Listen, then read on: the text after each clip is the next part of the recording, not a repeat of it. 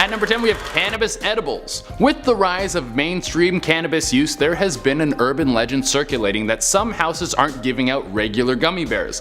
Instead, they're putting a supercharged weed edible into your pillowcase disguised as candy. If you're doing this on Halloween and kids come to your house and they say trick or treat, you can say both. In recent years, this has been one of the more popular warnings, everyone telling their kids that they should look out for candy with strange packaging because it might launch them into the stratosphere if they eat it. I mean, this might happen, but I highly doubt it. I don't think anyone is going to spend thousands of dollars on weed edibles just to waste them on a bunch of kids. The last thing someone thinks when they buy a bunch of weed is, let's use this to make sure a bunch of kids have a really good time. No, if someone is buying a massive amount of edibles or making them themselves, they aren't going to try and ruin your Halloween. They're probably just stocking up for the apocalypse, so they can still get high while the world is on fire. At number 9 we have the 13th floor. When you go into a building, why is there no 13th floor? We all know the superstition about unlucky number 13 and Friday the 13th. I mean, there's an entire movie series about it that gave birth to one of the most famous horror characters of all time. But there is a great urban legend that merges Halloween and the creepy 13th floor. Apparently way back when the 13th floor was still a thing in buildings, someone decided to put on a haunted house in one. A multi-layered haunted house that spiraled all the way up to the 13th floor. Each level of the house was a different theme and scarier than the last. This 13-layered dip of doom was so scary that most people turned around and headed back to their homes with pee-filled costumes. And those were the lucky ones, because everyone who managed to make their way all the way to the final stage was never heard from again. That's a crummy reward for being the bravest person around.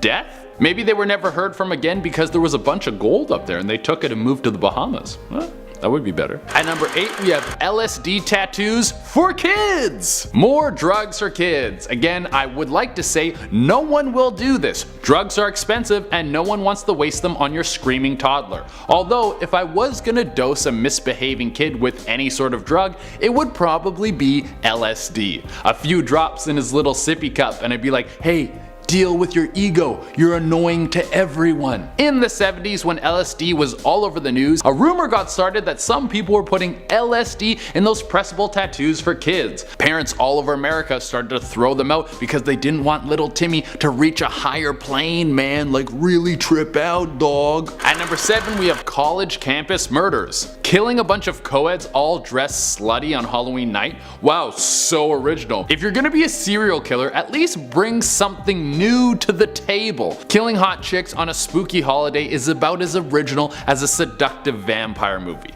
Well, this legend started in the 60s and it does have a little bit of flair to it. The legend involves a TV psychic making a prediction that a bunch of people will be killed on a college campus on Halloween night. Everyone goes crazy and college kids are too frightened to run around super drunk and half naked, and they spend their Halloween in their bedrooms watching scary movies, hoping next year they can hook up with someone they'll never talk to again. Of course, this never happened. It was a rumor kicked around probably by some teens. But I don't know, maybe for fun we should all go to a psychic and see if we can get them to tell us about a bunch of grisly murders that are on the horizon. Also, if you're a psychic and you see the future and there's a bunch of people getting massacred, shouldn't you do something about it? At number 6 we have Halloween hitchhiker. You're never really supposed to pick up hitchhikers, but I think you should be extra careful on Halloween night. It's just an extra spooky time and you don't want some random person on the side of the highway to feel inspired by the date and then chop you into little pieces. The legend of the Halloween hitchhiker is a tale as old as time. A trucker picks up a lady walking on the side of the highway. This is on Halloween night. She gets in, they start to talk for a bit, and the conversation leads her to talking about a gruesome murder that she witnessed. The girl who she describes in the murder is strangely similar to herself. The trucker is starting to get very freaked out. Luckily they're close to her destination. He lets her out of the cab of the truck, she thanks him, and then when he looks in his rearview mirror to see where she goes, she vanishes. Spooky. At number 5 we have Halloween gang initiation. As time goes on, we get new urban legends that will fit our changing culture. The Halloween night gang initiation was a rumor that got passed around and even made its way onto the news. The public was warned that the world famous gang, the Bloods, was going to be doing a gang initiation on Halloween night. This initiation consisted of them killing 31 women on Halloween. Seems like a bit much. I mean, I've never been in a gang, but I'm sure after the first 15 you'd be like, you know, this guy is very serious. I think we should let him in. I mean, if I had a gang and someone wanted in, all they would have to do is take me on a really nice date and then afterwards give me their Disney Plus password, but I'm just a simple guy. This rumor also got so out of control that the number skyrocketed to 141 women. Thankfully, it was revealed that it was all a hoax, so ladies across the world could go out on Halloween night without worried about being murdered. Well, worried less about being murdered. I don't know how much you normally worry about being murdered. At number 4 we have Where's Mama's Head? A famous Halloween picture of Susan and John Buckley. It shows them standing with their mother, Susan with an axe in her hand, and John with his mother's head in his hands. And also, their mom's decapitated body kneels between them. This picture is over 100 years old and it looks terrifying, and the story behind it is all the kids in the neighborhood were going to get dummies and cut their heads off as a Halloween prank. John and Susan wanted to be the best pranksters in town and they cut off their mom's head. Then they took this photo. The police came to the house and the Buckley siblings were nowhere to be found. What the police did find was their mom's body half eaten. I guess after they killed their mom they were like, wait, who's gonna make dinner? Not a lot of foresight with these two. However, this picture was photoshopped. The two kids never killed their mom and then took a picture with her head. Like I said before, this photo is over 100 years old, so that means there would have needed to be a third person involved to take the picture. There was no like setup camera picture thing back then. And that guy probably would have been like, man, that dummy looks awfully real and awfully familiar. Here's the real photo. At number 3 we have Haunted Halloween Doll. Apparently this urban legend was actually the inspiration for the movie Chucky. It was back in the 1900s and there was a young boy named Robert. He was hanging out doing whatever kids in the 1900s would do, probably throwing rocks and being illiterate, I don't know. Well, it was Robert's lucky day because his maid had a little gift for him. It was a little doll which was also named Robert. Not a very good idea. I mean, if you're gonna give someone a doll, at least give them a doll that doesn't have a name. Shouldn't they be allowed to name it? Well, apparently this doll was named Robert, so it would be forever linked to this boy because it had a voodoo curse on it. Huge bummer. That would be a gift that I would definitely re-gift to someone else. Well, the doll tormented the kid for his whole life until it eventually drove him to kill himself. Oof, bummer. At number 2 we have Spider Wig. This one is a classic. I had to put it on the list. A girl is trying to throw together a cheap Halloween costume, so she starts going through her grandparents' things. She heads into the basement and finds a bunch of stuff, including an old wig and a nice witch's hat. Amazing. She's ready for Halloween night on a budget. She heads over to her friend's Halloween party, but when she gets there, people can't look at her without screaming at the top of their lungs. It is Halloween, but that's not the response you're looking for when people look at you. Well, she starts to feel a weird itching sensation all over her body. She rushes into the bathroom, looks into the mirror, and she sees thousands of little spiders crawling all over her body. You tried to save money and have fun on Halloween, and now you get screwed over. Next time, just go to Spirit Halloween and buy the overpriced wig. And our number 1 spot is the Undying Mask. I'm pretty sure this one got started from a Goosebumps book, but it's about a mask that you put on that you can never take off. The legend goes that someone walks into a mysterious costume shop on Halloween night. They need a last minute costume and they see this mask. It's a mask of an old dying man, and they think, why not? An old dude would be great. Easy costume. They take it home, they put it on, and it looks strangely real, like it's attached to their skin. But then the mask won't come off, as if it has become a part of them. They start to freak out. How do I get this thing off my face? So they run back to the costume shop, but it's empty. Just a hollow building with nothing in it. The longer they wear the mask, the more the mask becomes a part of them until it takes over their whole body. They become the dying old man that the mask represented. They make a full transformation and then they're never themselves again. Woo! At number 10 now, we have Taylor Van Diest. On Halloween 2011, this 18-year-old headed out to a party. She never came home. She was found with fatal head wounds by the side of a railway. She later died in hospital. She had been texting her boyfriend while walking to her party, and in one of the last few texts, she said she was being creeped, basically followed by someone behind her. That someone turned out to be Matthew Forrester. He had intended to sexually assault her,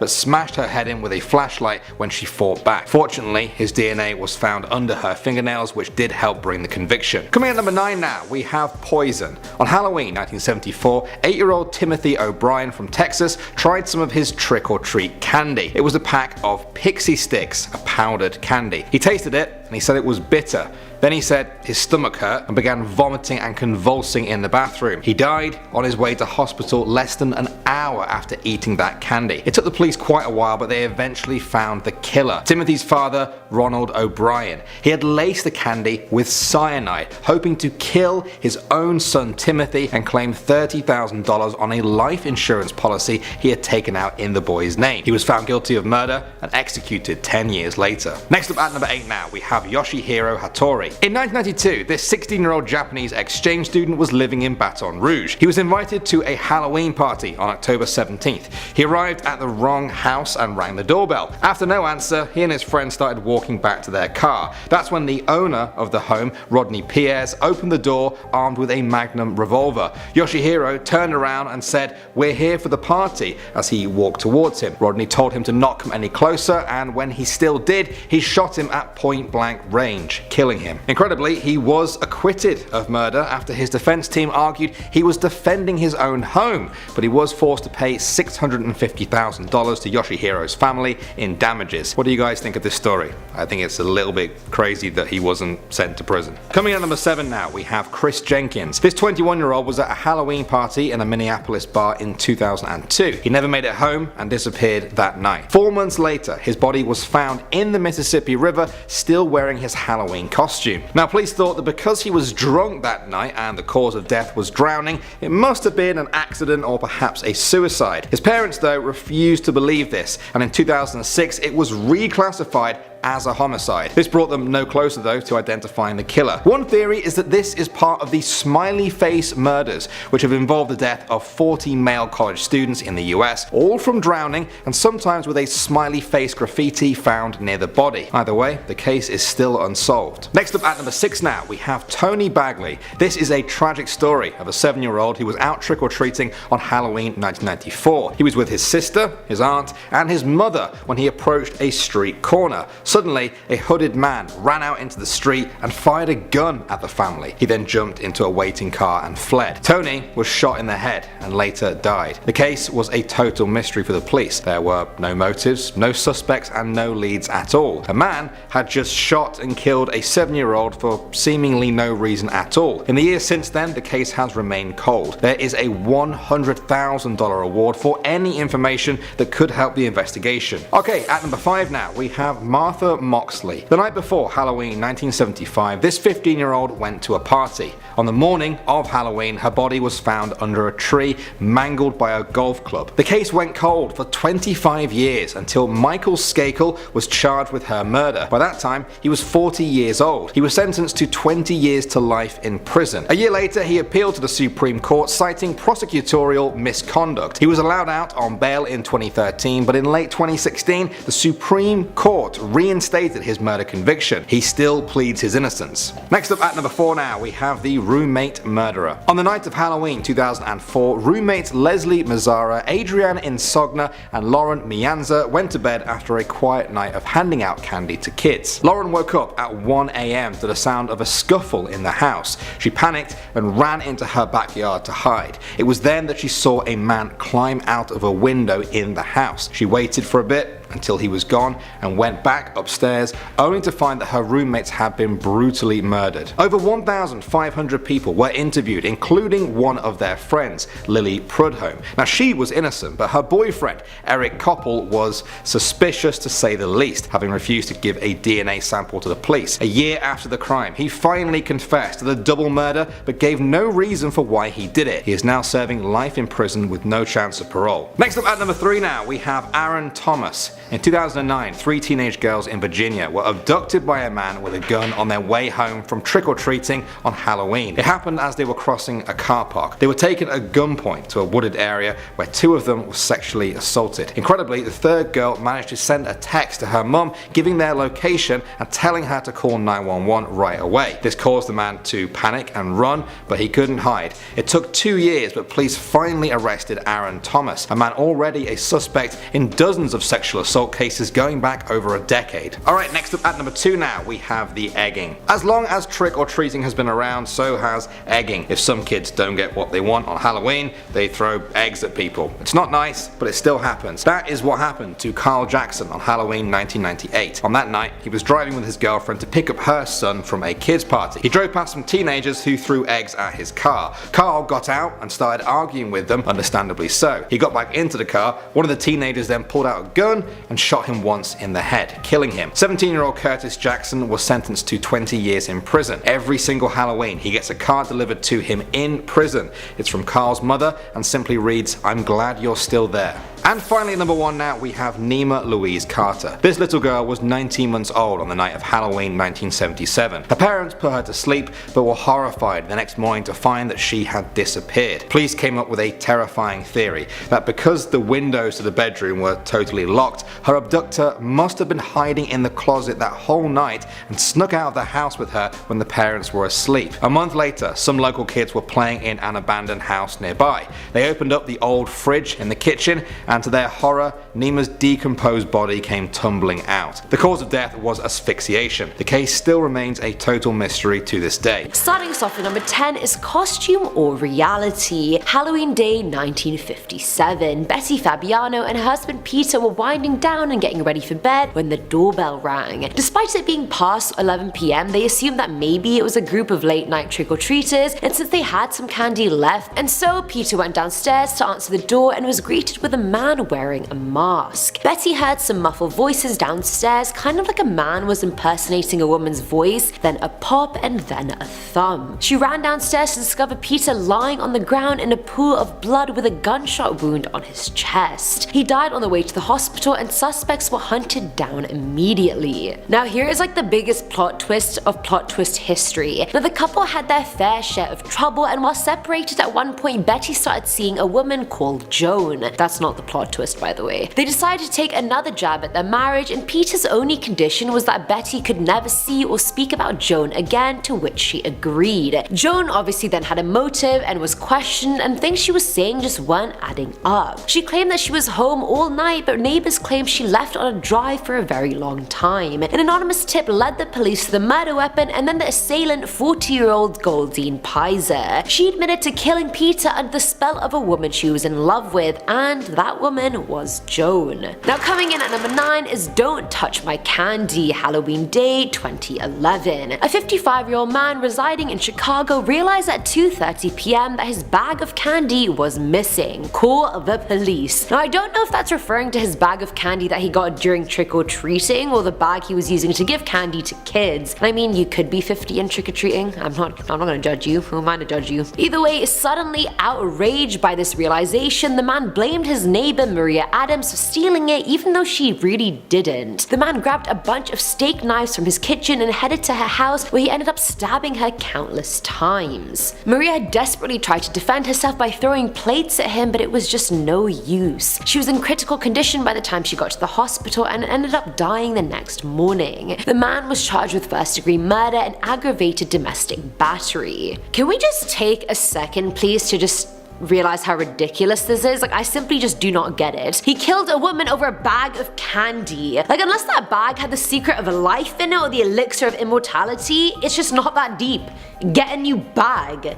At number 8 we have The Disappearance, Halloween Day 1955. Mother of 2 Marilyn Damon stopped at a food fair on Long Island to do a quick bit of shopping. She left 2-year-old Stephen and 7-month-old Pamela outside the store and told Stephen to watch his little sister. First of all, a 2-year-old cannot be left alone to watch anyone else. Like, that is still baby as hell. Like, what are you doing? 10 minutes later she came out and both children were nowhere to be found. Freaking the hell out, Marilyn starts looking everywhere and thankfully finds Pamela nearby, still in her stroller unharmed, but Stephen was still nowhere to be found. 5,000 people searched for him the next day, but detectives and police were never able to solve the case or find him. Honestly, I feel bad about it, I really do, but also you can't leave your kids alone ever, especially if they're that young. Like, a 2-year-old can't even defend themselves from anyone, how are they meant to defend their younger sibling as well?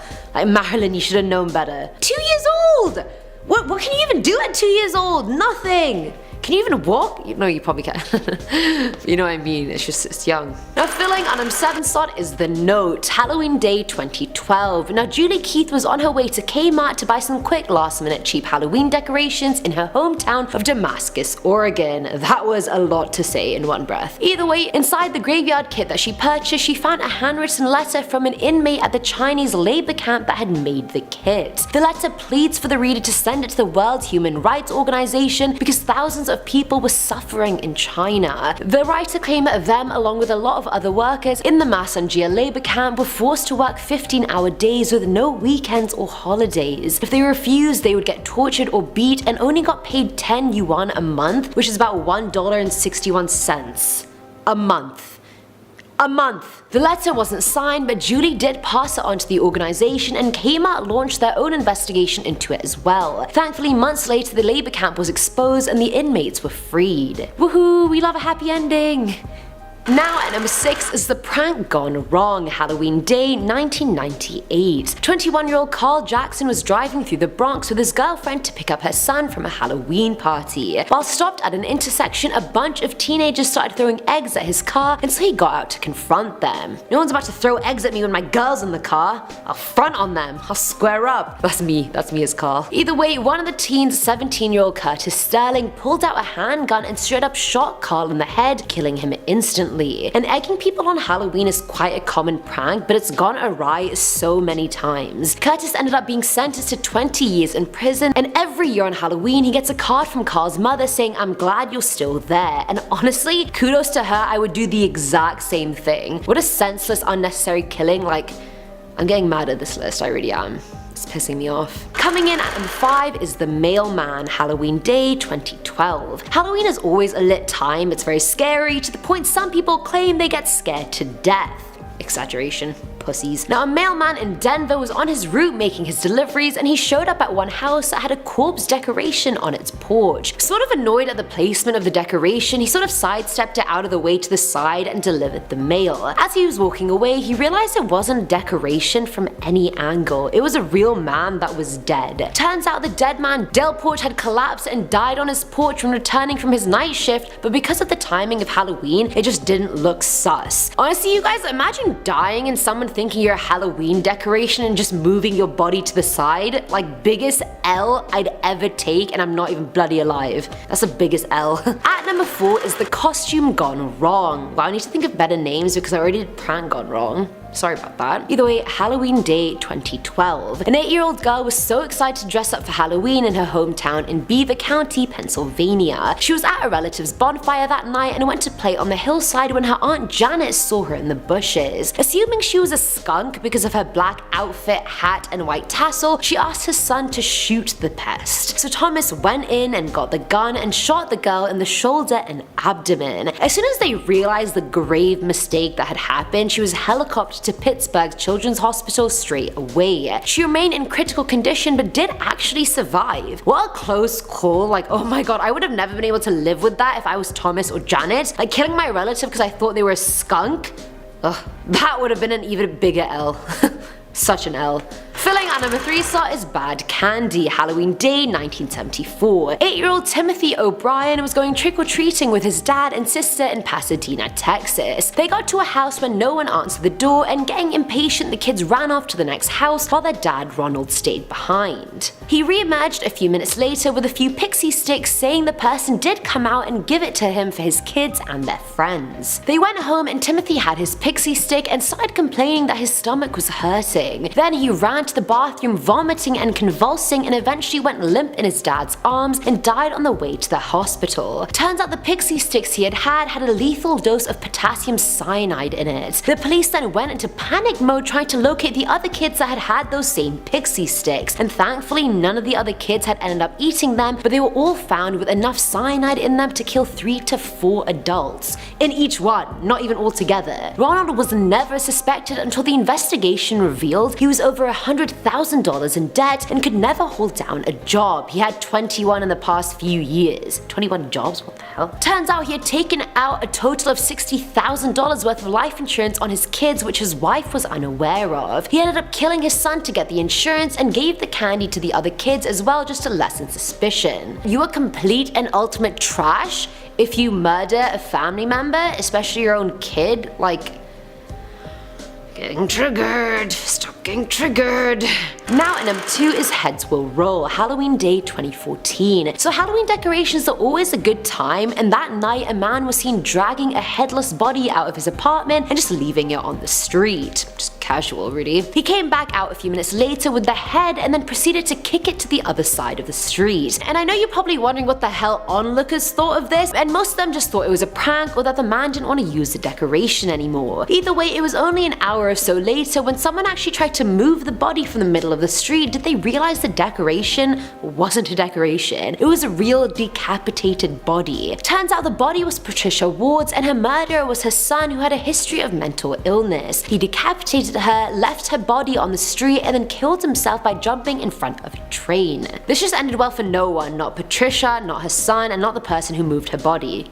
Like, no, not happily ever after. And finally, at number 1 is The Cradle Snatcher, Halloween Day 1977. George Carter had just put his 19-month-old Nima into her crib in their home in Oklahoma. The next morning, he woke up to find the child missing from her cradle, despite all the windows and doors being locked. It's believed the abductor was hiding in her closet that night and snuck the child out when the parents fell asleep. A month later, a group of kids playing in an abandoned house 4 blocks away from the Carter home were horrified when the decomposed body of an infant came tumbling out of the house's fridge. That child ended up being Nima, but it doesn't even end there. Now, before the Carters lived in that house, it was home to another family that had 2 twin daughters. The year beforehand, the 3.5-year-old girls were stolen and lured out of their house in broad daylight. They were taken to a house by their frequent babysitter, 17-year-old Jacqueline Rubidoux, who told them to get in the fridge and that their aunt would come get them later for some ice cream. A few days later, cries were heard from the fridge by a few children playing in the house next door, so they went inside the house to find out what it was. One of the children opened the fridge door to find Tina jumping out at them. She had managed to stay alive by breathing through a hole in the fridge, but her twin had died from asphyxia. And you know who else called on Jacqueline to watch their child? Nima's parents. Tina even told officers that Jackie Boo was the one who took them to the house, but it failed to lead to a conviction because there was no physical evidence, despite her being shady as hell and the child literally identifying her. But let's just not believe her, shall I? Let's just not believe her.